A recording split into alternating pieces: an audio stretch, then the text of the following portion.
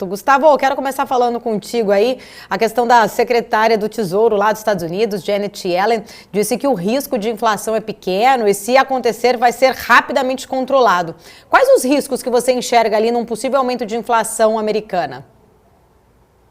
Eu acho que esse é o debate do momento no mercado lá fora, porque a gente tem uma situação super única, né, de mais um pacote que acabou de ser aprovado semana passada, de 1,9 trilhão de dólares, então é um pacote gigantesco de ajuda à economia americana. Só para dar uma dimensão para quem está nos assistindo, é o tamanho do PIB brasileiro. O PIB brasileiro é mais ou menos 2 trilhões de dólares e o pacote é mais ou menos 2 trilhões de dólares. Então, só para dar uma dimensão do que a gente está falando. E esse dinheiro é jogado na economia de diversas formas, inclusive em cheques chegando na mão dos consumidores. Então, eu brinco que é muito próximo com aquela política econômica que chamavam de jogar dinheiro do helicóptero, né? Então, é realmente dinheiro chegando para as pessoas. E claramente, é óbvio que isso, dizem os livros textos, né, que isso é algo que pode gerar inflação, deveria gerar inflação. E por que ainda tem essa discussão e por que você vê gente falando que não vai gerar inflação? É porque você tem um momento realmente de economia ainda que está tentando não ver essa inflação há muitos anos. Desde 2008 você tem, né, políticas fiscais e monetárias muito expansionistas e você não vê inflação. Então o Ivo estava falando antes, né, das expectativas de juros lá fora. Você vê que só tem expectativa de alta lá para 23, 24, 25 de juros, né? E isso obviamente reflexo da inflação. Então hoje, vamos dizer assim, o mercado olha para isso como, sim, é uma política expansionista que adiciona, né, combustível para as altas dos valuations de mercado, de ações, de ativos, de companhias, mas você está num ambiente ainda que tem muito espaço para crescer sem uma inflação muito forte. E vamos lembrar que o juros está na mínima, então histórica, então o Banco Central, no fim, tem ferramenta para subir os juros caso a inflação saia de controle, né? Eles, inclusive, mudaram recentemente, Paula, o que eles olham, né? Eles olhavam muito a inflação na ponta e eles já disseram que vão olhar e só vão subir juros quando a média dos últimos 2 anos da inflação bater 2%. Então, eles, inclusive, já estão, assim, mais, vamos dizer, lenientes com a possibilidade de a inflação na ponta subir, mas eles estão querendo olhar uma média da inflação batendo níveis mais altos para começar a subir juros. Eles realmente estão mais preocupados, claramente, com acender a economia, conseguir fazer a economia retomar, do que com o risco inflacionário. Ô, Gustavo, você tocou aí num ponto exatamente que a gente estava falando agora há pouco com o Ivo, né?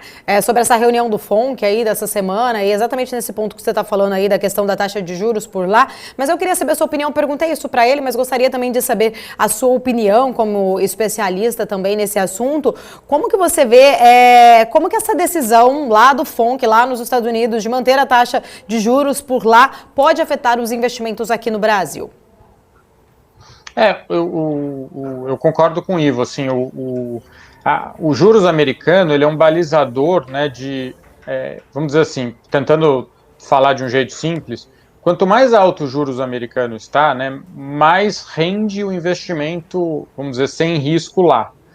Então, quanto mais alto ele está, à medida em que ele sobe, é como se os Estados Unidos trouxesse, né, atraísse uma enormidade de capital de outros lugares para os Estados Unidos, porque se ele sobe o que ele está pagando para os investimentos lá, muito dinheiro que está em outros lugares migra para lá à medida em que ele sobe os juros. Então, grosso modo, o que acontece é que, se nada mais mudar, como o Ivo disse, e os juros americanos subir, ele atrai muito capital. Isso é ruim para as outras moedas, principalmente moedas de emergentes, né, que obviamente ficam mais frágeis porque o capital tenderia a ir para lá. À medida em que você tem um cenário diferente, que é um cenário que aparentemente os juros não sobem no curto prazo, esse movimento não acontece.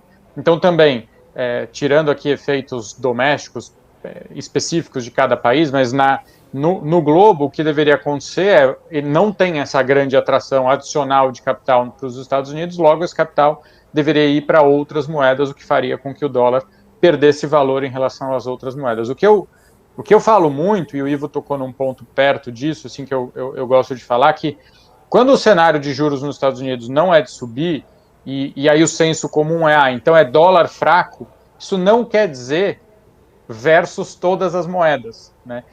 Quando você fala é um cenário de dólar mais fraco no mundo, isso em geral é muito verdade contra outras moedas de países desenvolvidos, contra o euro, contra a libra inglesa, né, o pound, ou contra o franco suíço. Isso não é necessariamente verdade contra os países emergentes que têm as suas dinâmicas próprias, e aí como a gente está vendo, quer dizer, um cenário de juros não alto lá fora pode mesmo assim ser um cenário de alguns mercados emergentes, como a gente viu na nossa moeda aqui, perderem muito valor mesmo assim.